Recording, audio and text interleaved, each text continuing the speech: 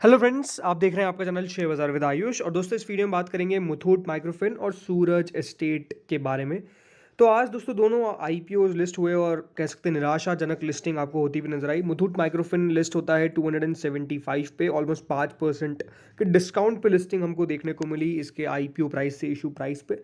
ज़रूर दोस्तों, अगर लिस्टिंग के बारे में बात करते हैं तो एक्सपेक्टेशंस थी कि थोड़ी बहुत नीचे लिस्ट हो सकता है, बट हाँ ये था कि एक्सपेक्टेशंस की बात करें तो थोड़े बहुत लिस्टिंग गेन की पॉसिबिलिटी यहाँ पर थी, मार्जिनल लिस्टिंग गेन की पॉसिबिलिटी का एक्सपेक्टेशन बाजार लाके चल रहा था, बट एग्जैक्टली हम कह सकते हैं वो हुआ नहीं।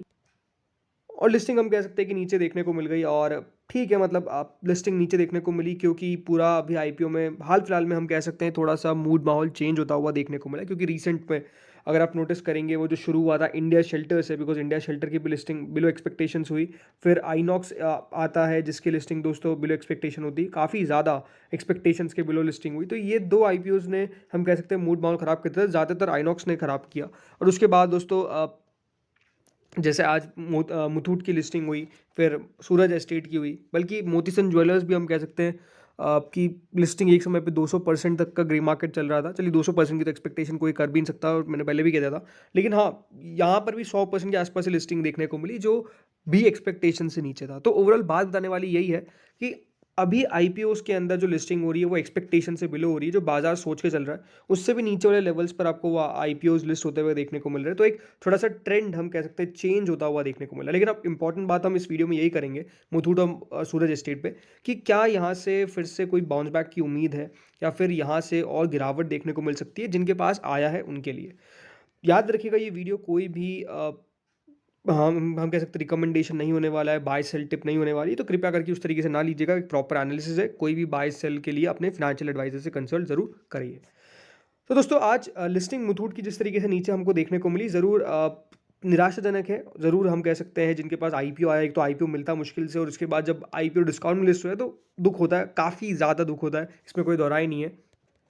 लेकिन ये भी दोस्तों आपको समझना पड़ेगा, यही शेयर बाजार है। शेयर बाजार में हर चीज़ हम जो सोचे वैसा हो जाए, ऐसा तो होता नहीं है। लेकिन पहली बात ये भी है कि कोई ये पहला आईपीओ नहीं है जो डिस्काउंट में लिस्ट हुआ है, और ऐसा नहीं है कि जो भी डिस्काउंट में लिस्ट होते हैं वो सारे शेयर्स खराब होते हैं। देखिए, आपको समझना पड़ेगा, बाजार कभी कभार सेंटीमेंट पे भी चलता है। लेकिन काफ़ी ऐसे आईपीओ थे दोस्तों जो डिस्काउंट में लिस्ट हुए और उसके बाद एक बहुत बड़ा रनअप दिखा है। मैं ये नहीं कह रहा कि मुथूट इस तरीके से रनअप दिखाएगा, पर याद रखिए आपको कंपनी को समझना पड़ेगा। जो कंपनी है वो एनबीएफसी है, जो मतलब एनबीएफसी है वो प्रोवाइड करती है micro loans to women customers with a focus on rural regions.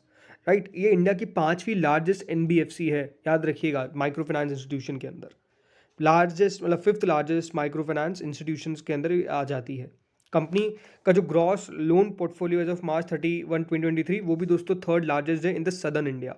ठीक है, साउथ में इनका तीसरा सबसे ज़्यादा बड़ा आपको पोर्टफोलियो देखने को मिलता है, लोन पोर्टफोलियो देखने को मिलता है। तो कंपनी कोई छोटी मोटी कंपनी नहीं है, कंपनी कोई ख़राब कंपनी नहीं है। ज़रूर दोस्तों, हम कह सकते हैं बाजार ने आज लिस्टिंग करके डिसअपॉइंटमेंट ज़रूर दिया हाथ में, लेकिन ये बात ध्यान रखिए, कभी कभार ऐसी डिसअपॉइंटमेंट हो सकती है आपके लिए अच्छा भी हो कि आपको अपॉर्चुनिटी मिल रही हो जिनको आईपीओ नहीं मिला, और एक डिस्काउंट में आपको यहाँ पर शेयर मिल रहे हो। दोस्तों, इस कंपनी का जो नेट प्रॉफिट था वो ऑलमोस्ट 163.9 करोड़ पे देखने को मिला, जो ऑलमोस्ट 246% की ग्रोथ देखने को मिलता है। वहीं दोस्तों, कंपनी का रेवेन्यू 71.6% आपको बढ़ता हुआ देखने को मिला, ऑलमोस्ट 1428.8 करोड़ पे। कंपनी का जो टोटल कैपिटल रेशियो है CRAR वो ऑलमोस्ट 20.46% पे आपको देखने को मिला था एज ऑफ September 30 2023।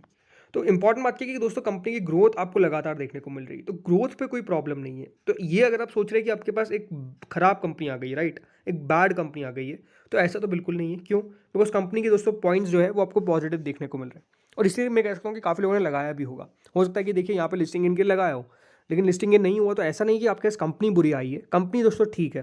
राइट, तो ये सबसे अच्छी बात हो गई।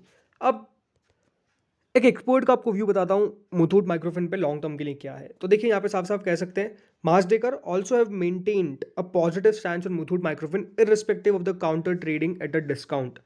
तो ये बात आप समझ सकते हैं कि उनका जो व्यू है वो अभी पॉजिटिव देखने को मिल रहा है। उन्होंने कहा कि एक वेल डाइवर्सिफाइड फंडिंग प्रोफाइल है कंपनी की, जो liquidity management system, credit rating और ब्रांड इक्विटी सब कुछ कंपनी के साथ आती है।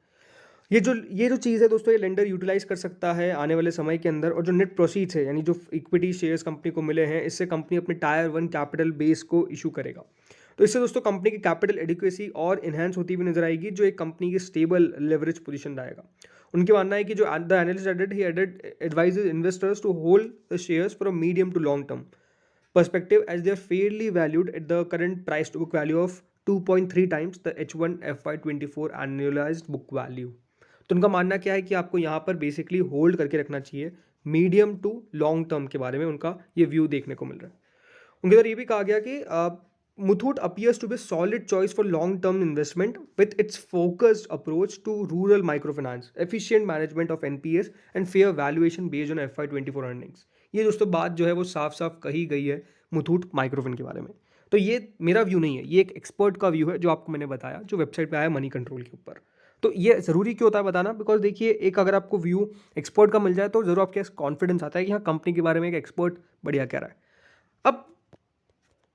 अब स्टॉक में जो आज दोस्तों ट्रेड वॉच की बात करते हैं तो देखिए स्टॉक की लिस्टिंग जरूर डिस्काउंट पर होती है 275.30 पे, और उसके बाद भी स्टॉक ऑलमोस्ट 10 रुपये नीचे आके बंद होता है, 3 रुपये 40 पैसे की 3.40% की गिरावट, ऑलमोस्ट 9.35 रुपीज़ की गिरावट देखने को मिली। देखिए आज एट द एंड ये ज़रूर एक पॉजिटिव बात हम कह सकते हैं कि आज की जो ओवरऑल वॉल्यूम है वो करीबन 1 करोड़ शेयर्स की आपको देखने को मिली, और शुरुआत में काफ़ी ज़्यादा सेलिंग प्रेशर आपको स्टॉक में देखने को मिल रहा था, बट ठीक है at the end M orders almost 180 orders 179 orders to be precise buying side पे, तो कोई प्रॉब्लम आपको खास देखने को मिलनी नहीं चाहिए। मेरा तो देखिए इसके अंदर पेशेंस रखना पड़ेगा आपको, ज़रूर थोड़ा बहुत पेशेंस रखिए। कंपनी बुरी नहीं लगती है, बट अगेन यही है कि अगर आप सिर्फ आपने लिस्टिंग इनके लिए निकाला था तो थोड़ा जल्द अगर आपको ये अपने इशू प्राइस के आसपास जाके बेचना हो तो आप बेच भी सकते हो, कोई बड़ी दिक्कत वाली बात नहीं है। बाकी जो भी है अपना फाइनेंशियल डिसीजन खुद लीजिए। मुझे मेरे हिसाब से कंपनी लॉन्ग टर्म के अंदर मुझे बुरी नहीं लगती है।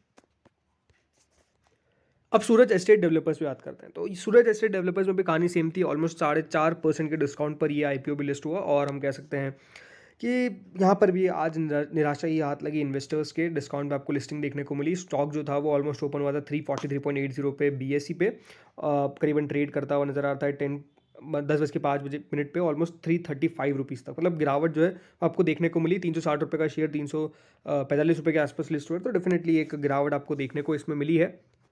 देखिए सेम बात यहाँ पर भी है, अगर आप इनका बिजनेस भी देखेंगे तो कंपनी लगातार ग्रोथ दिखा रही है। कंपनी ने ऑलमोस्ट 21% का दोस्तों सालाना तौर पे ग्रोथ दिखाया था इनके मुनाफे के अंदर, ऑलमोस्ट 32 करोड़ पर आया था, और इनका जो रेवेन्यू था ये भी ऑलमोस्ट 305 करोड़ पे आपको देखने को मिला। एंड जो कंपनी का नेट प्रॉफिट था वो ऑलमोस्ट 14.53 करोड़ पर आया था, और जो रेवेन्यू था वो ऑलमोस्ट 102 करोड़ के आसपास देखने को मिला था पिछले क्वार्टर में। तो सिंपल सी बात है दोस्तों कि कंपनी की ग्रोथ तो आपको देखने को मिली है, एंड यहाँ पर भी दोस्तों कंपनी ने सच नहीं क्योंकि ख़राब काम किया है। कंपनी इन आईपीओ के पैसों से अपने डेट को रीपे करती हुई नजर आएगी, एंड डेफिनेटली कंपनी 35 करोड़ रुपए का यूटिलाइजेशन करेगी फॉर लैंड और डेवलपमेंट ऑफ लैंड राइट्स, ये साफ साफ कंपनी ने कहा है, in the Mumbai metropolitan region. The remaining money will be set aside for general corporate purposes. तो ये कंपनी ने बताया कि इस पैसों का यूटिलाइजेशन कहाँ करने वाली है। देखिए real estate as a sector अगर आप मुझसे पूछेंगे तो आई थिंक एक सेक्टर हो सकता है जो बहुत बढ़िया करे आने वाले साल के अंदर, क्योंकि रियल एस्टेट के अंदर हमने बहुत बड़ा मूव नहीं देखा है, लेकिन पिछले 1 साल के अंदर रियल स्टेट स्टॉक्स ने काफ़ी अच्छे रिटर्न कमा के दिए। तो ये सिंपल सी बात है कि देखिए रियल स्टेट अगर एज अ सेक्टर में आपको विश्वास है तो ये सूरज एस्टेट कोई बुरी कंपनी नहीं है, क्योंकि कंपनी मेजरली देखिए रीडेवलपमेंट का काम करती है, और रीडेवलपमेंट में कंपनी का काफ़ी महारत हासिल है। और दूसरी कंपनी के अगर आप मैनेजमेंट को सुनेंगे तो उन्होंने कहा कि उनके पास प्रोजेक्ट्स काफ़ी ज़्यादा है, तो ये भी एक कंपनी के पास पॉजिटिव बात है। अब यहाँ पे भी अगर एक एक्सपर्ट का व्यू आपको मैं बताऊँ तो यहाँ पे भी देखिए जो व्यू है वो ऑप्टिमिस्टिक ही है, मतलब वहाँ पर भी कोई नेगेटिव व्यू नहीं है। उनके द्वारा साफ साफ कहा गया है कि वो receive the allotment to hold the shares for a medium to long term perspective. This is because the company is a track record of sustain consolidated revenue from operations growing at a CAGR of 13%। तो company 13% की दर से growth करती हुई नजर आई है revenue के terms में, and definitely company का जो प्रेजेंस है वो साउथ सेंट्रल मुंबई रीजन में है, काफ़ी शानदार है, और कंपनी का सिग्निफिकेंट ब्रांड रिकॉल वैल्यू भी है सब मार्केट्स के अंदर, जो सब्सटेंशियल सेल्स दिखाता है from referrals of existing customers. मतलब कंपनी के जो एग्जिस्टिंग कस्टमर है वो बताते हैं कि हाँ आप सूरज एस्टेट से करवाइए काम, ऐसा कंपनी का व्यू है। तो देखिए ये तभी होगा ना जब कंपनी का ब्रांड अच्छा होगा, जब कंपनी का काम अच्छा होगा, राइट। तो इसी के अंदर दोस्तों रियल स्टेट डेवलपर्स जो कंपनी है सूरज एस्टेट के अंदर, अच्छी बात जो कही गई है वो यही है कि आप वायबल है कि यहाँ पर आप अपॉर्चुनिटी है long to medium term hold करिए, और यहाँ पर कंपनी को अच्छी ग्रोथ देखने को मिलेगी, क्योंकि जो कंपनी काम भी करती है वो नीश सेगमेंट में काम करती है, जो यहाँ पर ग्रोथ साफ साफ देखने को मिल सकती है। इस तरीके की एक्सपेक्टेशंस जो है वो बेसिकली आपको एक्सपर्ट लगाते हुए नजर आ रहे हैं।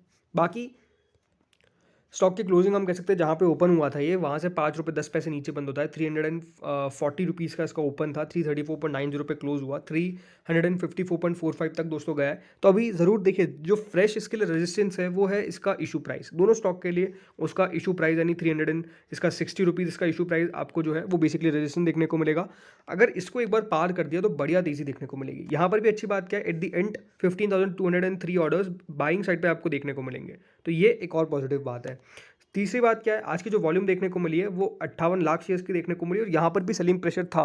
लेकिन जैसे मैंने कहा कि बहुत सारे देखिए आईपीओ स्टॉक्स होते हैं जो नेगेटिव लिस्ट होते हैं, लेकिन बाद में वापस से रिकवर कर जाते हैं। देखिए सिंपल सी बात है, अगर आपके पास ये आया है तो इनके नंबर्स देखिए। अभी जब कंपनी के थर्ड क्वार्टर के नंबर्स रिलीज होंगे तो उसको देखिए किस तरीके के नंबर्स कंपनी पेश कर रही है। अगर नंबर्स सही है तो कोई प्रॉब्लम नहीं है। हाँ, वहाँ पर अगर दिक्कत है तो फिर डेफिनेटली यहाँ से गिरावट जो है वो आपको आगे देखने को मिल सकती है। तो फ्रेंड्स, इस वीडियो में इतना ही था।